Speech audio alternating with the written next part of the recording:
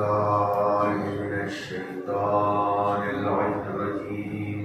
بسم الله الرحمن الرحيم. الحمد لله رب العالمين. الصلاة والسلام والتحية والإكرام على النبي المكي المدني القرشي العاشي التقي المحمود الأحمد والمصطفى الأمجد مولانا مولى الثقلين جد الحسن والحسين أبي القاسم محمد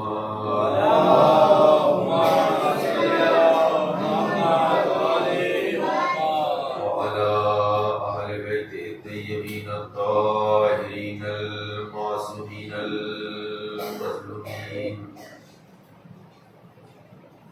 لعنة الدائمة على أعدائهم أجمعين من الآن إلى قيام يوم الدين.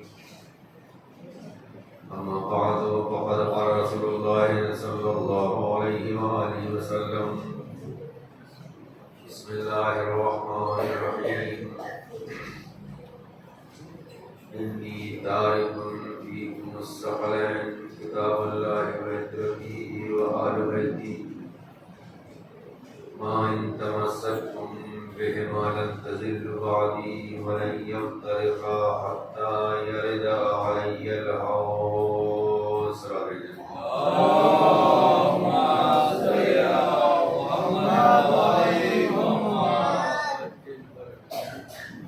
سرکار دو عالم رسالت امام حضرت محمد مصطفیٰ صلی اللہ علیہ وسلم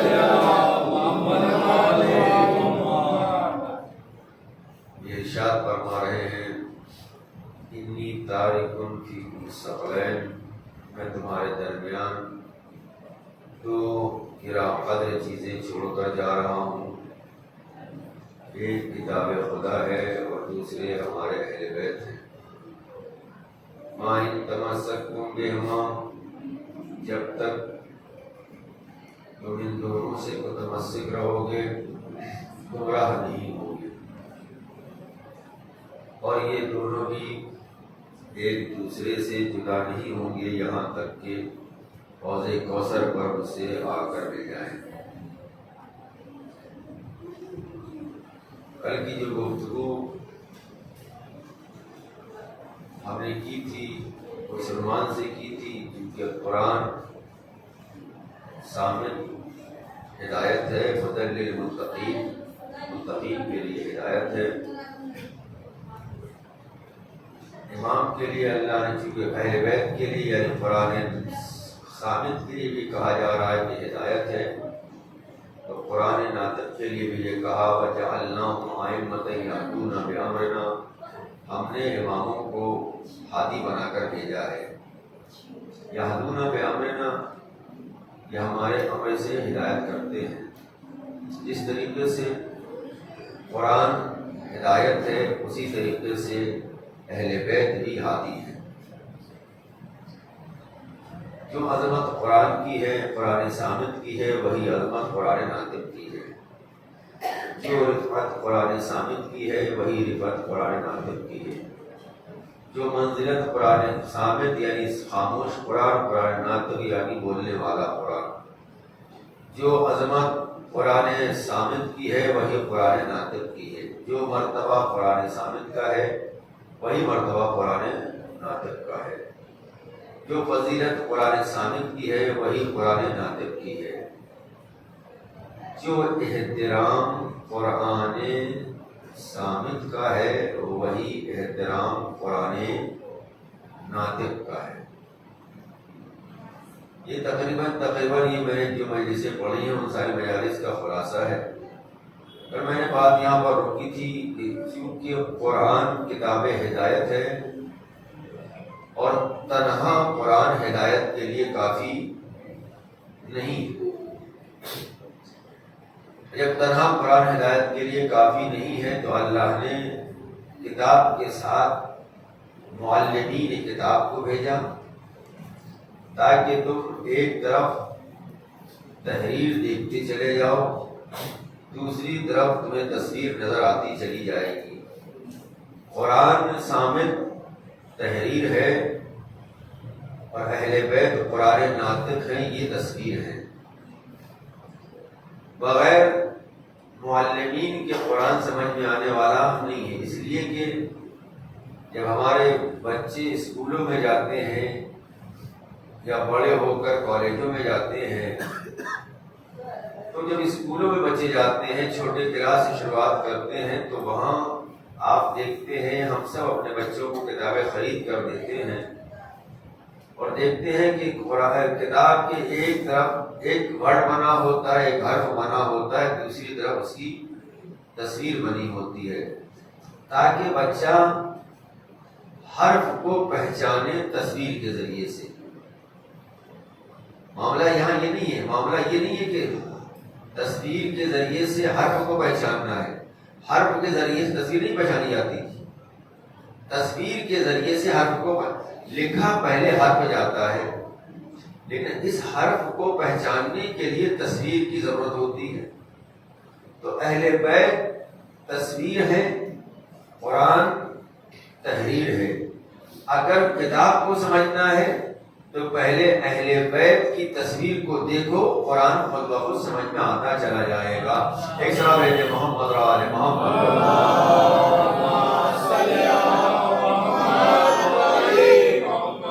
اور ہماری آواز جہاں جہاں تک جا رہی ہے، مومنین سے گزارش ہے کہ جلدی سے فرشیدہ میں تشریف لے آئیں، اس لیے کہ آج باب فضائل میں زیادہ میں کچھ عرض نہیں کروں گا، کیونکہ آج سے تاریخیں شروع ہو رہی ہیں، جو مصائب کا سلسلہ شروع ہو رہا ہے، وہ مصائب بہت درد ہیں، دردناک ہیں، مصائب زیادہ بڑھے جاتے ہیں عموماً عام طور سے، اور ظاہر سی بات ہے نیا میدہ میں جہاں ہم ایک طرف فضائل سنتے ہیں، جہاں مقصد وسنی سنتے ہیں، وہاں مصائب میں بے چین ہو کے بےتاب ہو کر دنیا کرتے ہیں۔ ایک سلام بھیجیں محمد علیہ محمد۔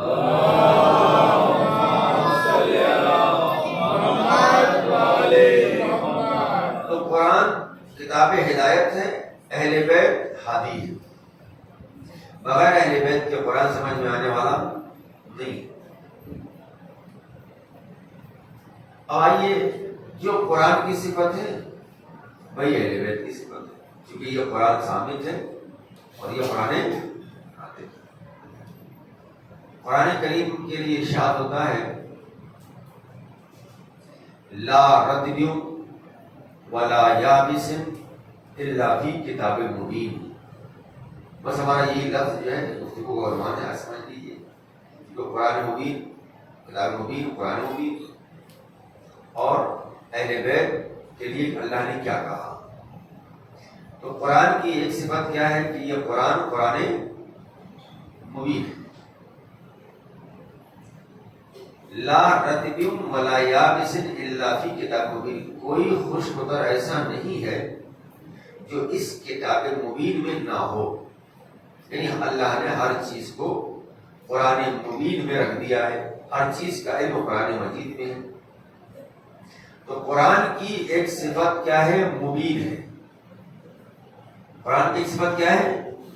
مبین ہے۔ بولیے گا تاکہ ہمیں سمجھ میں آئے کہاں بات آپ تک پہنچ رہی ہے، اور زیادہ تفصیلی فضائل نہیں ہے، وہ جلدی سے میں بات کو اس کو ختم کر دوں گا۔ تو قرآن کی ایک صفت کیا ہے؟ یہ قرآن مبین ہے،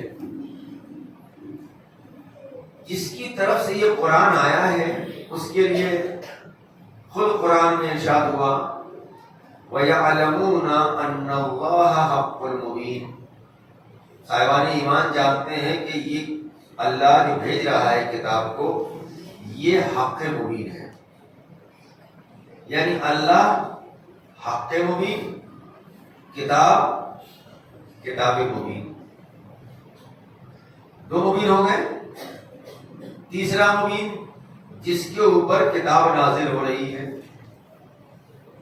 اس کے لیے قرآن نے کہا کہ یہ رسول مبین ہے۔ قرآن نے کہا رسول مبین، کتاب کو بھیجنے والا حق مبین، کتاب کو جس کے قلب پر اتر رہی ہے وہ رسول مبین، اور قرآن خود کتاب مبین ہے. ٹھیک ہے, اب یہاں پہ روکتا ہوں میں آپ کو. مبین کے معنی انا فتحنا لک فتحا مبینا, ہم نے آپ کو کھلی ہوئی کامیابی دی. اس کا مطلب یہ ہے کہ مبین کے ایک معنی یہ ہے کہ جو پوشیدہ نہ ہو, واضح ہو, کھلا ہوا ہو. ٹھیک ہے, ایک معنی یہ ہو گئے. اور معنی مبین کے لوگوں نے بیان کیے وہ یہ کہ جس کا ذکر زیادہ ہو, جس کا ذکر زیادہ ہو, ذکر بھی زیادہ ہو اور ذکر بلندی سے ہو, بلندی سے ہو. تو مبین کے دو معنی میں نے آپ کی خدمت میں بیان کی. ایک کیا, واضح, آشکار, کھلا ہوا. دوسرے معنی جس کا ذکر زیادہ ہو اور بلندی سے ہو. ٹھیک ہے, اگر متوجہ ہیں تو ایک سوال پڑھتے ہیں محمد علیہ وسلم.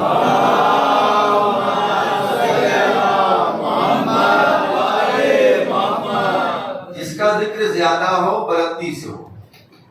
اب آپ ہماری طرف متوجہ ہیں, یہ بتائیے کہ اللہ کیا تھا, حق مبین. ٹھیک ہے, اللہ کا ذکر زیادہ ہوتا ہے یا نہیں ہوتا ہے؟ منارہ اذان. اچھا, اللہ کا ذکر کہاں سے ہوتا ہے؟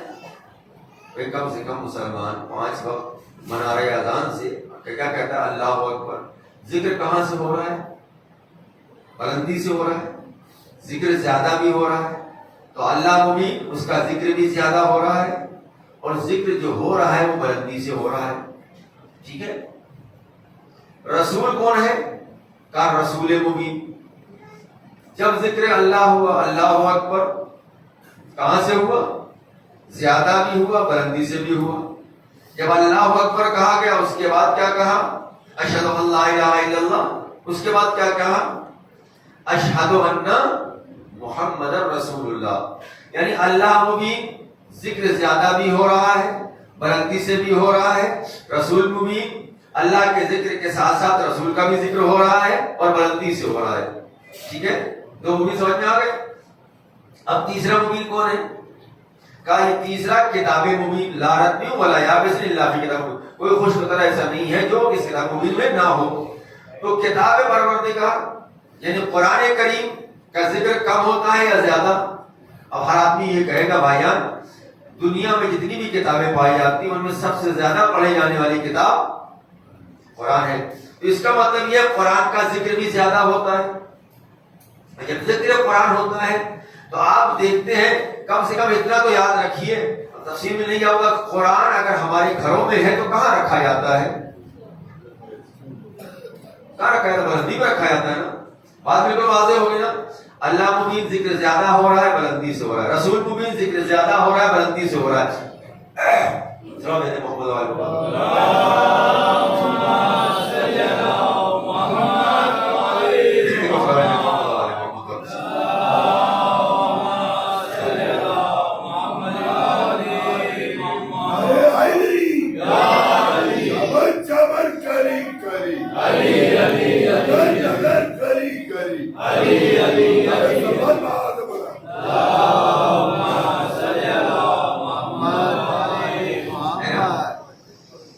تو یہ ذکر کہاں سے ہو رہا ہے؟ زیادہ ہو رہا ہے, بلندی سے ہو رہا ہے. اللہ مبین ذکر زیادہ ہو رہا ہے, بلندی سے ہو رہا ہے. رسول مبین ذکر زیادہ ہو رہا ہے, بلندی سے ہو رہا ہے. کتاب مبین ذکر, کتاب زیادہ پڑھی جا رہی ہے, بلندی پہ رکھی جا رہی ہے. ٹھیک ہے نا. تو یہ 3 مبین ایسے ہیں جن کا ذکر بھی زیادہ ہو رہا ہے, جن کا ذکر بلندی سے ہو رہا ہے, جن کا ذکر جو ہے بلندی سے ہو رہا ہے. تو اب ایک چوتھا مبین تلاش کرو جس کا رابطہ ان تینوں سے ایک ساتھ ہو, جس کا رابطہ ان تینوں سے ایک ساتھ ہو. مبین کے معنی معلوم ہے نا. تو مبین یعنی جس کا ذکر زیادہ ہو, بلندی سے ہو, جو زیادہ ذکر کیا جائے, جس کا ذکر بلندی سے ہو. تینوں کا ذکر بلندی سے ہو رہا ہے, کتاب کا بھی, اللہ کا بھی, رسول کا بھی. اب ایک ایسا مبین تلاش کرو کہ جس کا رابطہ ان تینوں سے بیک وقت ہو. تو ہمیں کائنات میں کوئی نہیں ملا سوائے ایک ذات کے جو حق مبین کے کے گھر میں رسول مبین کے ہاتھوں پر قرآن مبین کی تلاوت کرتا ہوا آیا اور خود امام مبین بن کے آیا. ایک سلام ہے محمد آل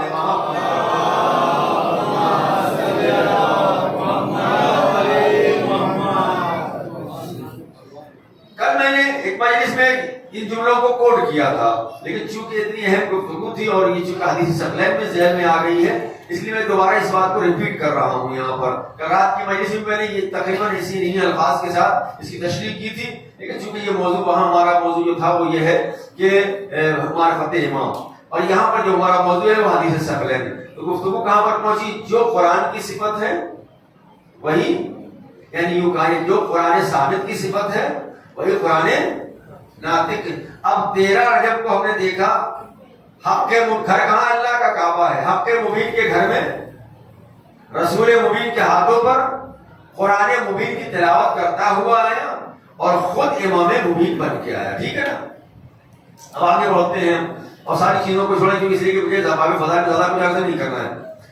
اب جب مبین کے معنی یہ ہوئے تو اب قرآن کہہ رہا ہے وَكُلَّ شَيْءٍ أَحْصَيْنَاهُ فِي إِمَامٍ مُبِينٍ. ہم نے ہر چیز کو امام مبین میں سمو دیا ہے.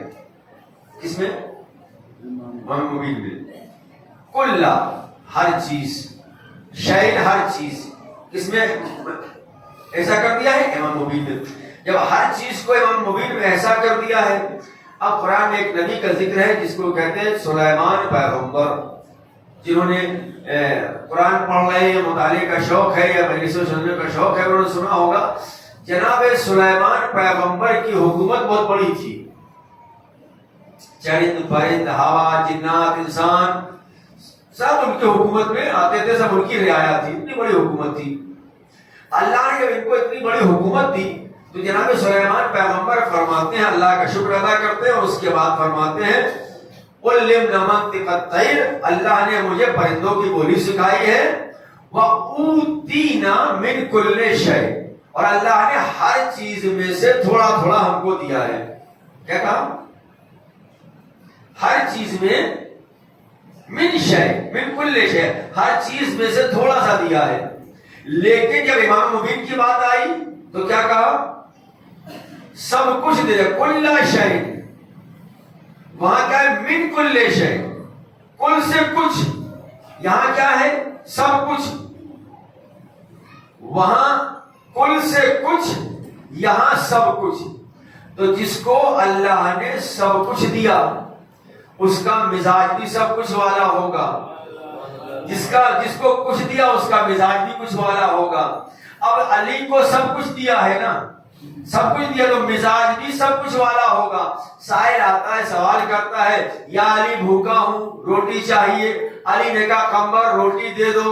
قمر نے آواز دی مولا روٹی دسترخوان میں ہے. کہا دسترخوان سمیت دے دو. کہا دسترخوان اونٹ پر ہے. کہا اونٹ سمیت دے دو. کہا اونٹ قطار میں ہے. کہا قطار سمیت دے دو. فوراً قمر نے مہار ناقہ کو چھوڑ دیا. اے قمر تو نے مہار ناقہ کو کیوں چھوڑا؟ کہا یہ علی ہے، یہ سخی ہے، جب دیتا ہے تو کچھ نہیں دیتا، سب کچھ دے دیتا ہے. چلے محمد آل محمد پر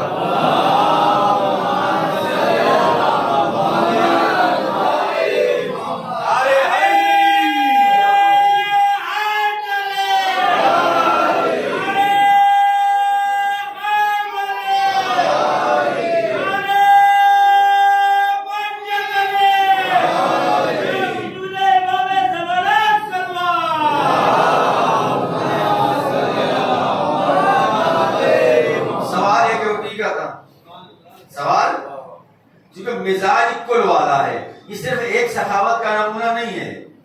خیبر میں کیا ہوا؟ کتنی دولت ملی تھی.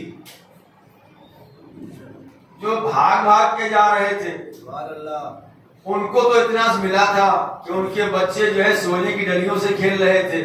پھر تو علی نے خیبر کو فتح کیا تھا. سب کو 11 حصہ ملا تھا، علی کو 2 حصہ ملا تھا. جب دیتا ہے تو سب کچھ تقسیم کر دیتا ہے. اب خیبر ہے، میں صرف اشارہ کر رہا ہوں، تفصیل میں نہیں جاؤں گا. خیبر ہے، رات کا وقت ہے. اب دیکھا کچھ عورتیں رو رہی، کچھ بچے رو رہے ہیں. کہا دیکھو یار کہ یہ کون رو رہا ہے، یہ کون رو رہا ہے. جاتا ہے صحابی جانے والا جاتا ہے، آ کے بتاتا مولا یہ خیبر جو آپ نے فتح کیا ہے، یہ بیوہ عورتیں جو رو رہی کہ شوہر مارے گئے، یہ بچے یتیم ہو گئے، ان کے شوہر کا ان کو لے کے آؤ. لو وہ بچے آ گئے، وہ عورتیں آ گئی. میں عرض کیا کر رہا ہوں، علی ہے سب کچھ والے، تو مزاج بھی سب کچھ والا ہوگا، کل والا مزاج ہوگا. ٹھیک ہے.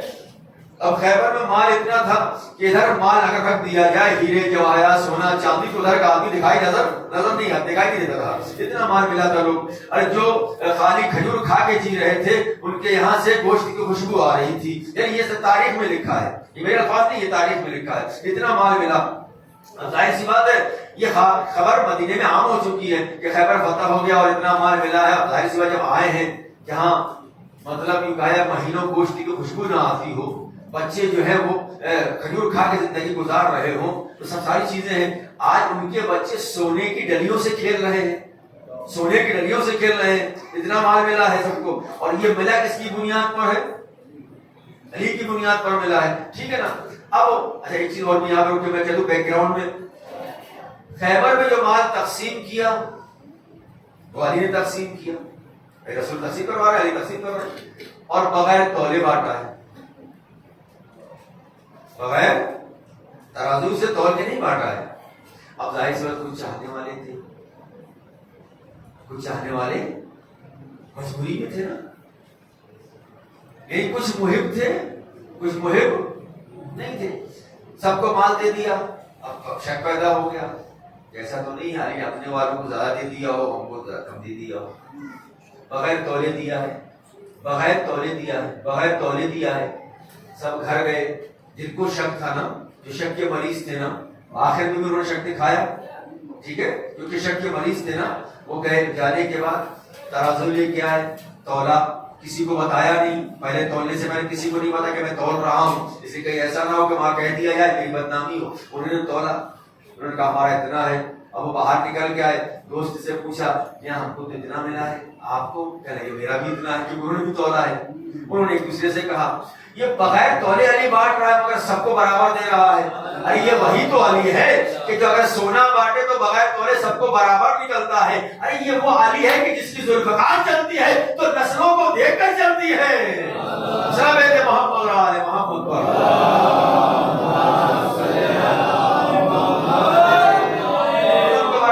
مل گیا، ہو گیا. یہی تو وہ علی ہے کہ جس کی ذوالفقار چلے تو مرحب کو کاٹے، گھوڑے سمیت کاٹے تو ذرا سا بھی فرق نہیں آتا کہ ادھر کا حصہ زیادہ ہے، ادھر کا حصہ زیادہ ہے. تو یہ علی ہے، ساری سی بات ہے. اب خیبر میں مال بٹ رہا ہے، لوگ لے کے جا رہے ہیں. کیسا مال لے کے جا رہے ہیں وہ سب معلوم ہے آپ کو. اب کیا ہوا، جو عورتیں تھیں، بیوہ تھیں، جو یتیم بچے تھے، ان کو لایا گیا. اور مولانا نے پوچھا بھائی کیوں رو رہے ہو؟ تو کہا ہم یتیم ہو گئے. اور تو کیوں رو رہے؟ کہا بیوہ ہو گئے. کہا تو پھر؟ کہا ہمیں اس سے کام ہے جس نے خیبر فتح کیا ہے. کہا میں ہی ہوں. کہا ہم کس کے سارے زندگی جیئیں گے؟ کس کے سارے زندگی جیئیں گے؟ ہمارے شوہر مار دیے گا، بچے یتیم ہو گئے، بھوکے مر جائیں گے.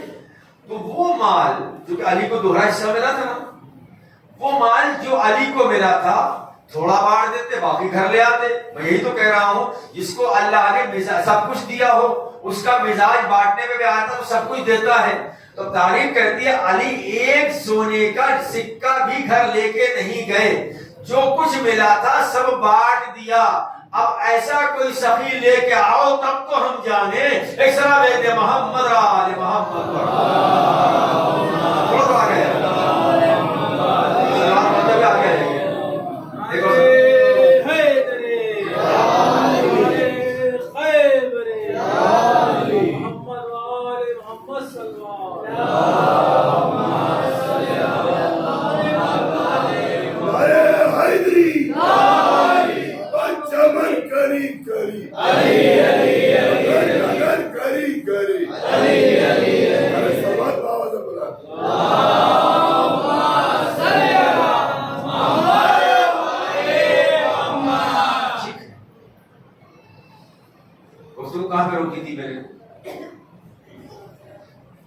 روٹی دے دو، دے دی.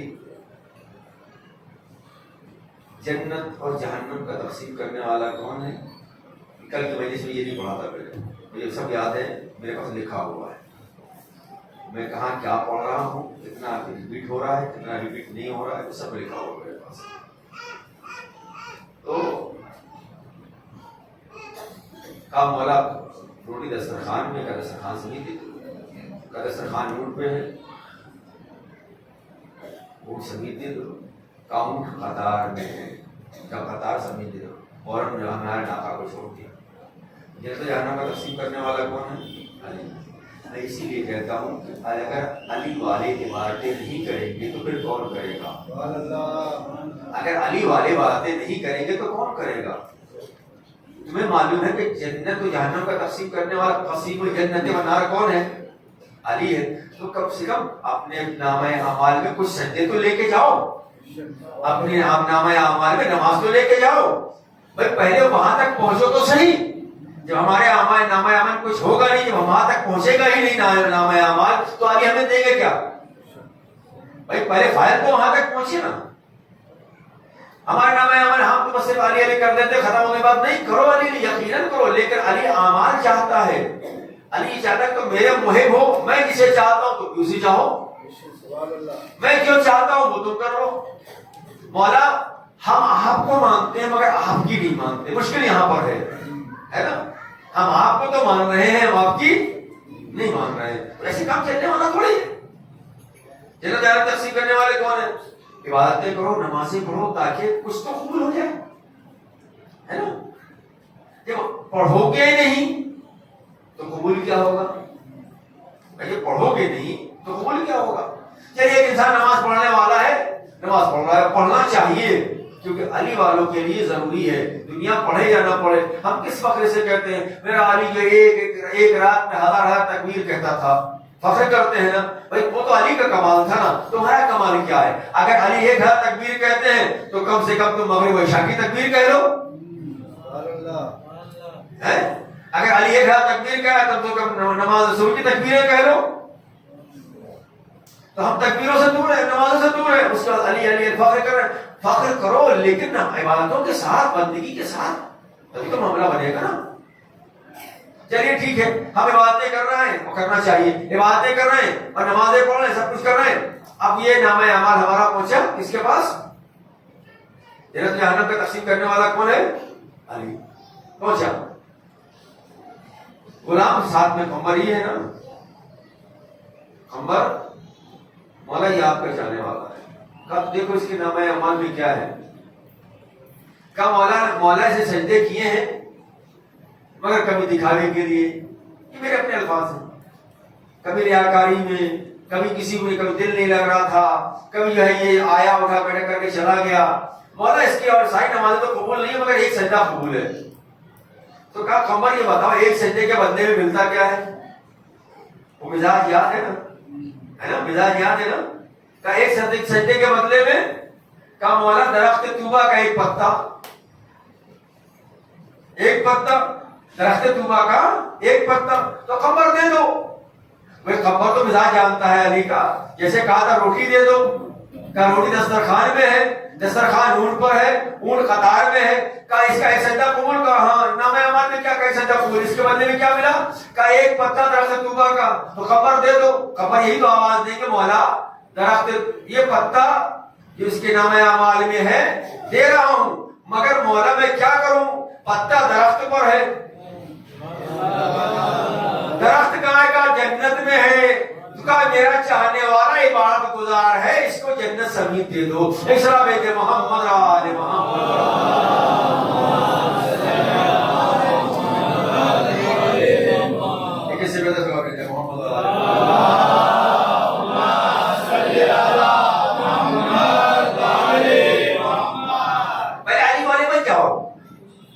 علی کی سخاوت میں شک کسی کو نہیں ہے، علی کے عطا میں کسی کو شک نہیں ہے۔ جب شک نہیں ہے تو عبادتیں تو کرو، اس تک وہاں تک پہنچو تو صحیح۔ اب جب وہاں پہنچے گے ہی نہیں اور وہاں کوئی ہماری بات پہنچانے والا بھی نہیں ہے، کیونکہ ہر ایک کو اپنے نامہ اعمال کی فکر ہے روزے محشر، مولا آپ کا چاہنے والا ادھر بھی کھڑا، اس کے نامہ اعمال خراب ہے، نہیں اس حد تک نامہ اعمال تو ہو کہ علی تک پہنچے تو صحیح، وہاں پر جنت جہنم جو تقسیم کر رہا ہے وہاں تک پہنچے تو ہماری فائل، یا فائل ہی نہیں پہنچے گی تو ہماری جنت لے گی ہم کو۔ بس گفتگو ختم کر دیا. کل انشاءاللہ اس کے آگے گفتگو کریں گے کیونکہ وقت کافی ہو چکا ہے. اور اس وقت جو ہے اس وقت کی مجلس کیونکہ آج 5 محرم الحرام ہے، مخصوصاً میں سمجھتا ہوں ایام اعظم میں ہر جگہ اور محمد کے مسائل پڑھے جاتے ہیں. میں نے کل یا پرسوں مجلس میں بات کی تھی، کربلا میں 3 شخصیتیں ایسی ہیں، غالباً کل ہی کہی تھی کہ کربلا میں جن کی نسل ختم ہو گئی، ان میں سے ایک میں نے بتایا تھا مسلم ابن عقیل، دوسرا جناب رباب. 2 بچے تھے نا جناب رباب کے، ایک علی اصغر اور ایک سکینہ. علی اصغر کو کربلا میں قربان کر دیا، سکینہ قید خانہ شام میں سو. ایک بیوی اور ہے، ایک بیوی اور ہے. امام کے چاہنے والوں، سیدہ زینب کا ماتم کرنے والوں، شام کی طرف رک کر کے سلام کیا کرو.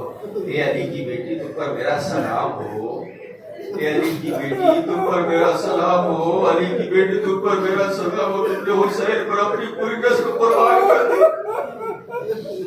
اللہ ان آوازوں پر رحمت نازل فرمائے، کوئی غم نہ دے سوائے غم سید الشہداء کے. آج آپ جانتے ہو کس کے لاڈلوں کے مصائب پڑھنا ہے؟ ام المصائب، ام المصائب، مصائب کی ماں کے فرزندوں کے مصائب پڑھنا ہے. اور یہ وہ ماں ہے عزیزو کہ جس نے اپنے لال پر کبھی ماتم نہیں کیا، روئی نہیں ہے. نا بس ایک موقع ملتا ہے تاریخ میں جب یہ قافلہ مدینے پہنچا ہے، جب بچوں کے حجرے دیکھے، مصلے دیکھے، تب روئی ہے، تب ماتم کیا ہے. آپ سنو. اب میں تفصیل میں بھی نہیں آ پاؤں گا اس لیے کہ مسئلہ بہت طولانی ہے. میں جلدی سے کہ آپ ہمارے گریا ہو گئے ہیں. عزیزو میں ایک جملہ اور کہہ دوں اس سے پہلے کہ آپ کہتے ہیں نا کہ زینب اور حسین میں بہت ایک دوسرے کو بہت چاہتے تھے نا، بہت چاہتے تھے نا، بھائی بہت چاہتے تھے نا. اب ایک جملہ کہہ دوں کہ جس طریقے سے زینب اکبر کو چاہتی تھی، اسی طریقے سے حسین اور